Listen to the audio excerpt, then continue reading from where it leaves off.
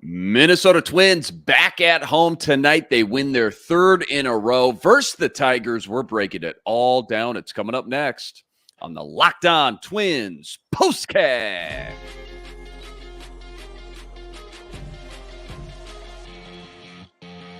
You are Locked On Twins POSTCAST, part of Locked On Minnesota on the Locked On Podcast Network. Your team every day.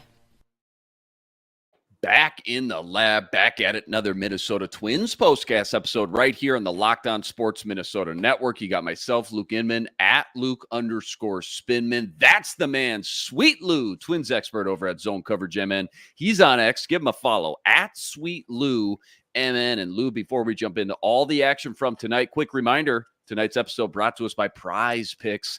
Easiest and most exciting way to play daily fantasy sports. Go to prizepicks.com/LockedOnMLB, MLB. Use code all lowercase LockedOnMLB for a first deposit match up to $100.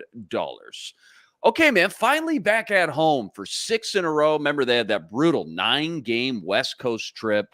Game 1 of 3 versus the Tigers tonight. You got Woods Richardson on the mound making his, I believe, 13th start of the year. He was lights out through the first 4 innings, had a 1-hitter going. Royce Lewis, low run support. He had a 2 RBI double to left field in the 3rd. Then in the 5th inning, top 5, couple homers. It makes it 3-2 Tigers. Twins come right back, though. Margot, solo shot, his 3rd of the year. That ties it back up at 3. Bottom 7 we go. Jeffers, he hits into a fielder's choice. That scores Byron Buxton from 3rd.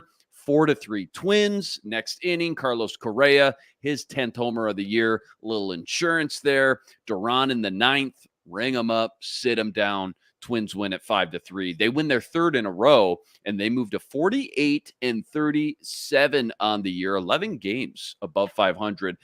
Let's talk 8 topics here in a second, but first, I think the pressing issue on everyone's mind right now, Royce Lewis had to leave this one in the 5th inning. Some left groin tightness is what they're calling it. So Twins win the battle tonight, maybe potentially lose the war, quote unquote, right? Pending on, I don't know how long he might be out. Give me the knee-jerk reaction, though. How bad did it look to you at first glance? Obviously, again, we're not doctors, but if you had to guess, groin tightness, just a general ballpark, what we might be looking at with Royce Lewis and his return. Like you said, we're not doctors, we're not medical professionals, and you just never know by just looking at the video with these things, hardly ever. But, it's something you don't want to see. One of your star players who, yes, he's been in a slump recently, but he's still got plenty of electricity in that bat, let's be honest. So that was kind of the last thing you wanted to see there. I don't read too much into the initial diagnosis from the team, in game at least. They said left groin tightness. If anything, I think that might be a good sign. If it was something more severe, they might wait to say what it is. They might just say left whatever soreness, and then after the game come out and say, oh, it's a grade whatever strain or whatever sort of diagnostics they get on it. But yeah, it's just certainly not what you want to see. Fingers crossed that it's mostly precautionary. Maybe he felt a little twinge, felt a little something, and it's him doing a good job of telling the staff, hey, something's not completely right here. Let's get me out, and let's think about the long-term health. Hopefully more of a precaution than anything, one of those things. But again, unfortunately, obviously, we've already been down this road, right? Guy missed the first 2 months and change of the season right out the gate. What's the ripple effect now? What's the ripple effect with the lineup at third base? Anything different, I guess, than what we're used to, if you just had to guess? Let's hope it's not some huge blow, some long-term issue or anything, or absence on Royce's part. He's been getting plenty of either off days or time at DH as it is, especially during this slump. You can kind of tell that they're still trying to ease him into things. But I think the ripple effect would be a lot more Jose Miranda at third base, which, maybe a slight downgrade defensively, although I think that Miranda has mostly held his own, especially when you're getting the offensive output that Miranda has brought to the table in the last couple of months here. He's been quite the revelation, coming into this year. If you would have said, hey, the Twins come July, they're going to have this infielder who's got like an 820 ops, a little bit of pop, lots of clutch hits. And I would say, yeah, that sounds like Carlos Correa, but no, we're talking about Jose Miranda here. He got his ops up to his OPS up to 821, which is well above average, Yeah. well above league average. And he's really stepped into a big hole here. So I think you're going to see a lot more playing time for Miranda if there is an extended absence for Lewis. Otherwise, the big domino that's still on the table is Mr. Brooks Lee, who I'm sure we'll talk about later. Yep, absolutely. And like you said, obviously massive gut punch to the lineup, who's kidding who, but his last, 30, 40 at-bats or so, give or take, it did kind of feel like maybe a mini slump, or no, at least compared to like the ridiculous bar that we've set for him. Is that fair? Yes, don't tell him. I think right at the very onset of this slump, he said, "I don't do that slump thing." And I said it before, I think he might as well have been, smashing a mirror and like walking under a ladder Right. at it. But Right. it happens to everybody. It happens to the best of players. And let's just hope that he can get healthy and find his way back out of it. Okay, back to the game at hand then tonight. Again, Woods Richardson. Actually, let's hold the Woods Richardson talkers. Just start with your biggest takeaways, kind of your A topics from tonight. Like outside of Royce, what else stuck out to you the most in this one? I think the Stars, they can tell that the all-star selection process is afoot, and I think they're trying to put their best foot forward here. We saw some really big hits from Byron Buxton and Carlos Correa. Carlos Correa, I think, is more so the favorite to maybe make the all-star roster. We'll see what happens. He's certainly putting together a worthy campaign. Yeah. I think Byron Buxton might be a dark horse here. He's been on quite the tear for the last few weeks. He's got some national notoriety from being on the team in a couple years ago. There's not a ton of excellent center fielders in the American League, except for, of course, Mr. Aaron Judge, who is a lock to be on the team. But after that, there's not a ton of notable guys who are having some really standout seasons. And if Byron is going to have another really stellar week, he's going to be firmly in that conversation, I think. Did you see or read the article up on The Athletic?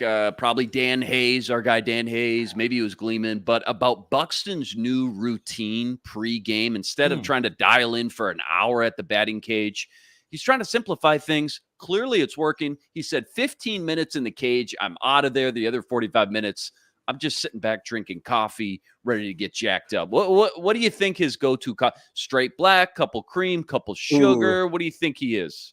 I think he's like a smoky double dark. You know what I mean? He likes that dark roast.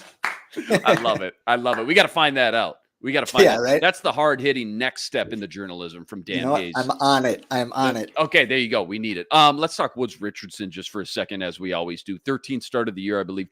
5 2/3, 4 hits, 3 earned, 2 walks, 4 Ks. Numbers.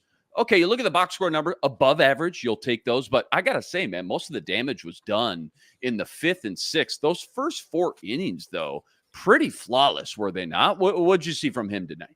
For sure. He's shown exactly what's to be expected of him. He's going to throw a ton of off-speed stuff, and some of these less experienced, maybe lineups that are maybe faltering a little bit at this point of the season are going to chase at some of that stuff, and that's kind of what we saw tonight.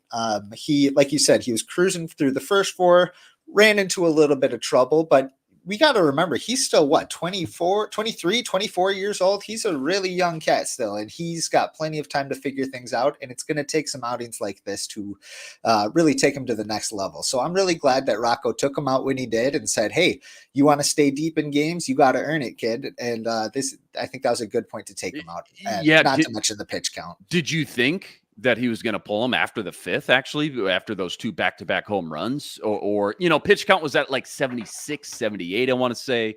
What was your gut there? Maybe you'll save it for the Rocco report. I don't know. But it felt like that could go either way at the time, 50-50. Yeah, it could go either way. I think this year, mostly we've seen Rocco err on the side of, okay, this guy, he ran, he wiggled out of some trouble, but the opponents were really striking some of these, loud outs, I guess you could call them. Yeah. He's not afraid to pull somebody early when he sees something like that happen.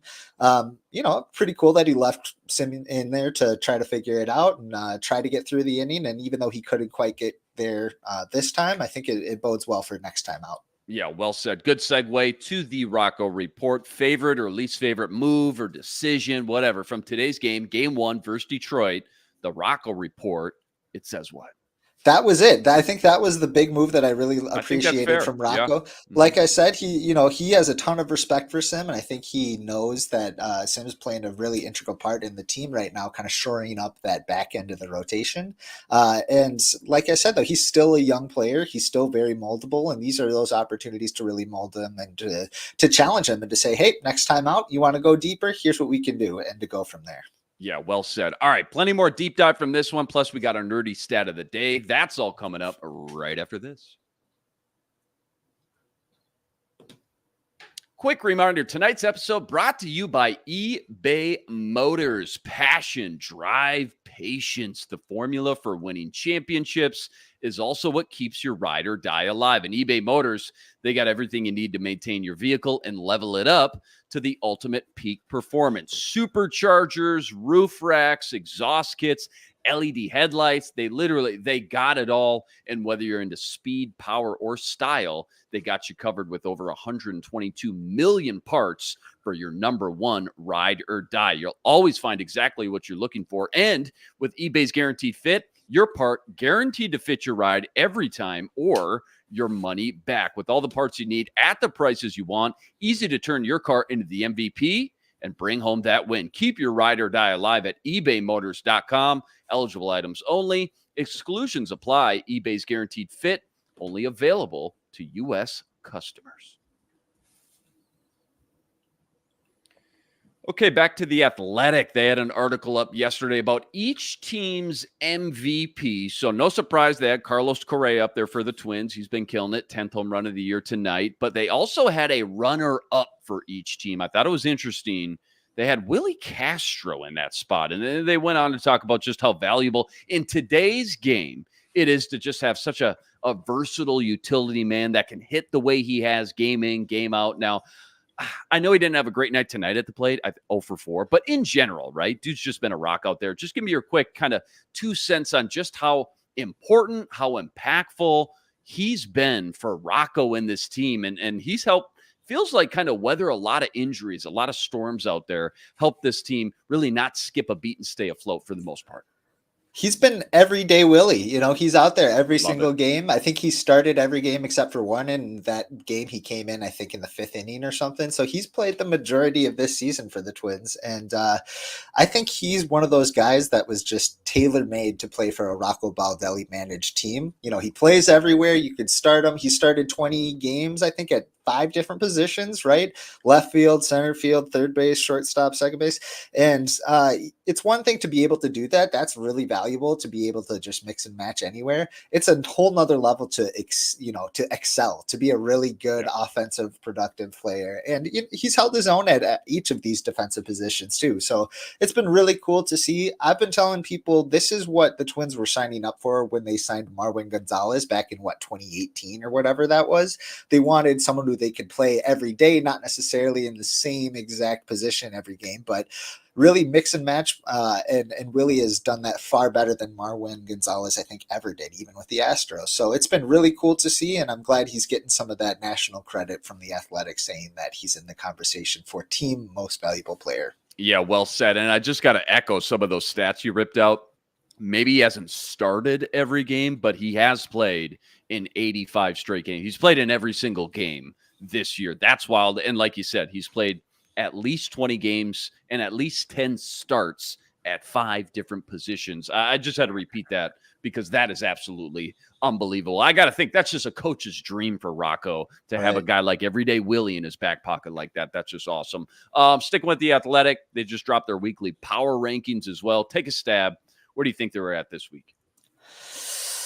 The Twins, I think they've kind of been hovering in that kind of 8 to 10, 8 to 12 range. And it's tough because the Twins are kind of surging right now, but so are a lot of these teams that are kind of above them in the power rankings. So I'd put them in the top third for sure, I think. Yeah, you nailed it. Number 9, same as last week, still nestled in that second tier behind Cleveland, New York, Baltimore, etc. It says trade deadline prediction.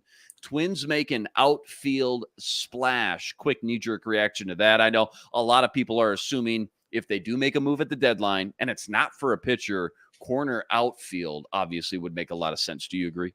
It kind of depends on who it is, if it's a Yeah. clear upgrade over some Yeah. of the guys they have. But, I really anticipate that Brooks Lee is going to be a second half player for the Twins. And when that Okay. happens, it's going to probably push Willie Castro to the outfield, barring Mm. some of these big injuries. Of course, Hmm. those always become an issue, and that can be a factor as well.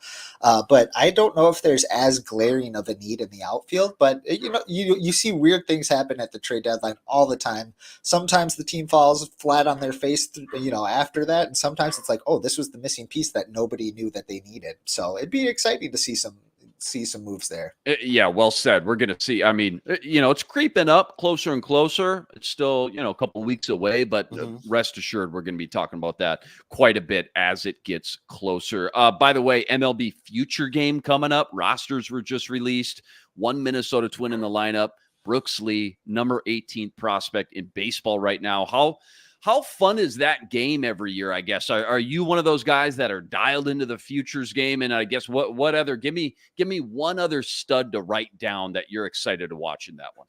Sure. I think it's going to be awesome to see Brooks Lee playing in that game. Yeah. He crushed another 3-run home run for the Saints tonight, and he is Get him just up. on an apps. He's. I think Parker Hageman on Twitter said this. He must hate St. Paul. He must be so sick of living in St. Paul because he's trying to do everything Get me he out of here. can to get out of here. Look, I'm from St. Paul. I love it, but I could Yep. see why he's in such a rush to get up to Minneapolis. Get to Target Field there. As far as another stud goes in the game, I think there's a ton of really exciting pitching prospects, but on the National League side, there's a hitter named James Wood who actually just got called up to the Nationals yesterday. I believe he made his debut, but he's still going to be playing in this game, I'm pretty sure. He's electric. He's got one of the best bats in the minor league ranks. I mean, I guess not anymore, but he was Right. coming into this week. I think he was a consensus top 10 prospect coming into this year, and he had about a 950 OPS for the Nationals AAA team, managed by Matthew Lecroy. I think I'm pretty positive. Wow. I'm pretty sure that's the team. Anyway, it's going to be really exciting to see James Wood and Brooks Lee and some of these other top arms on the pitching side playing in the futures game, which can be kind of a mixed bag, but it's really cool to see some of the top 100 guys that make appearances there. For sure. Well said. Good breakdown there. Nerdy stat of the day time. Give it to us, some sort of crazy stat or fun analytic, Twins related, of course. What do you got tonight? Sure. Carlos Correa, like I said, he's on fire. He's making his best case to be an all-star representative this year. And I have been very impressed with his preparation coming into each game and how well he has done against starting pitchers in particular over the past couple of weeks. Over the last 14 days, he is hitting .417 against starting pitchers. That's fifth best in the American League. And like I said, he's just really doing his best to make a case to get down to Texas for the Midsummer Classic. Absolutely love it. Okay, don't go anywhere. We got to preview game 2 versus Detroit. That's all coming up right after this. Quick reminder, tonight's episode also brought to us by Prize Picks. Prize Picks, America's #1 fantasy sports app with more than 3 million members to date. For me and my money, guys, it's by far the easiest and most exciting way to get in on all the action while you watch your favorite sports and you watch your favorite players. All you got to do, it's so simple. You pick more or you pick less on 2 or more player stats, and you watch the winnings roll in. Baseball season, obviously, in full swing. So whether it's strikeouts, RBIs, home runs, you name it, they got it. Take your pick on more or less and add them to your Prize Picks entry today. Plus, they now offer Apple Pay for quick and easy deposits into your account all season long. Download the Prize Picks app today. Use code, this is all lowercase, Locked On MLB for a first deposit match up to $100.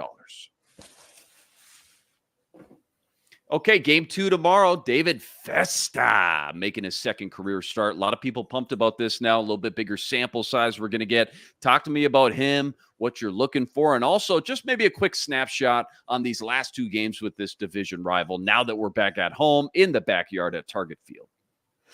I'm really excited to see Festa in action tomorrow night. He is he was the Twins lone representative in last year's future game, Nice. and Good you can pull. kind of see Yeah. what they were working with there.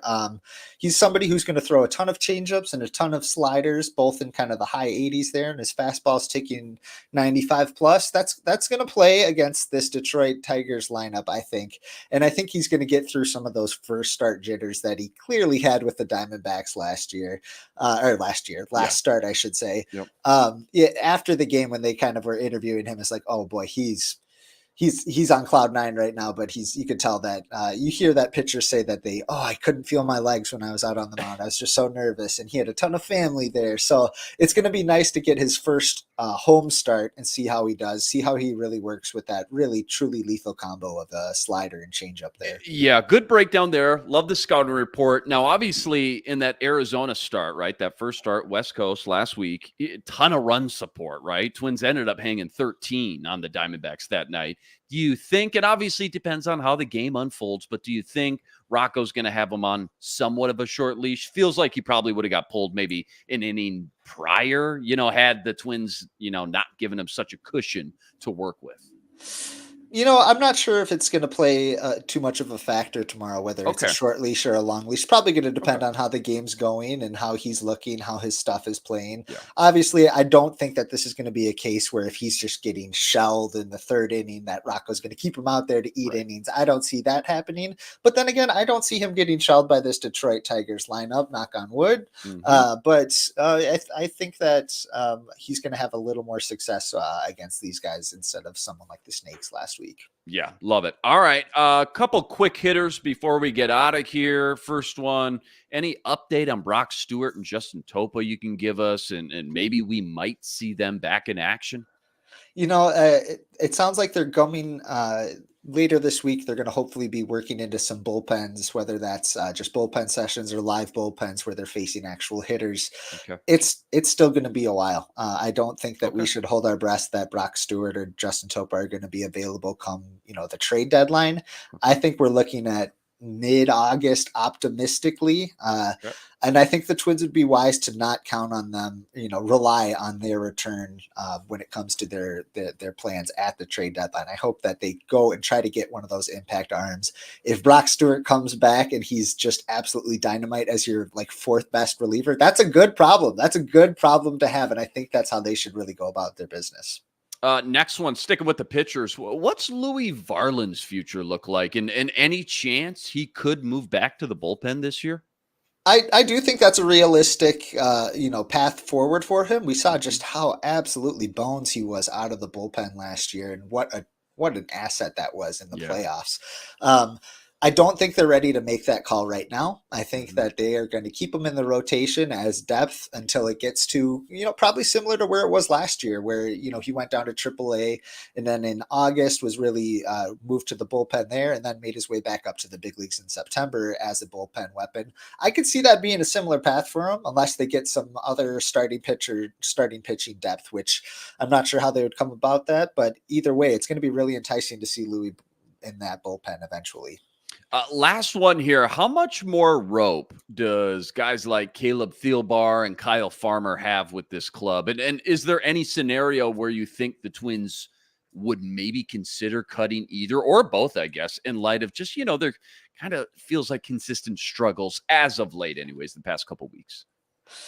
I think they're both in a place where they're one kind of lengthy tailspin away from getting the axe maybe closer to the end of the month when those roster spots become so much more valuable. I also think they're one really good streak ahead from being firmly in their plans for the rest of the season. So they're kind of teetering in the balance point there, and I could really see it going either way. I think there's probably a little more heat under Kyle Farmer because Brooks Lee is just lighting it up, and he's going to be on the national stage. Fans are going to be, if they haven't already been, begging for him to make his way up. But it's not going to be in Kyle Farmer's exact role because they wouldn't want him being, a bench role, someone starting once or twice a week. He's going to be playing every day if he's in the major leagues. So it's going to be really interesting to see. Sweet Lou, always chock full of good, juicy Twins info. Always love catching up with you and talking Twins. Twins do win their third in a row tonight in game one. First Detroit, again, game two tomorrow. David Festa with start number 2 on the mound. First pitch, 7:10 p.m. By the way, that one's streaming on ESPN Plus if you're so inclined. As always, huge shout out to everybody that joined us on the stream. Rest assured, we'll be back each and every game right here to break them all down. Quick reminder, too, got to go check out all Lou's work on X at Sweet Lou MN, best handle in the game, plus all the work you're always ripping up over at zonecoverage.mn.com as well. And if it's not too much trouble, please go like this video, subscribe to the channel, help us get to 8,000 subscribers. We're so close, and that's always much, much appreciated. That'll do it for us tonight. Sweet Lou Hennessy. I'm Luke Inman on Twitter, at Luke_Spinman. We'll see you next time, but until then, signing out.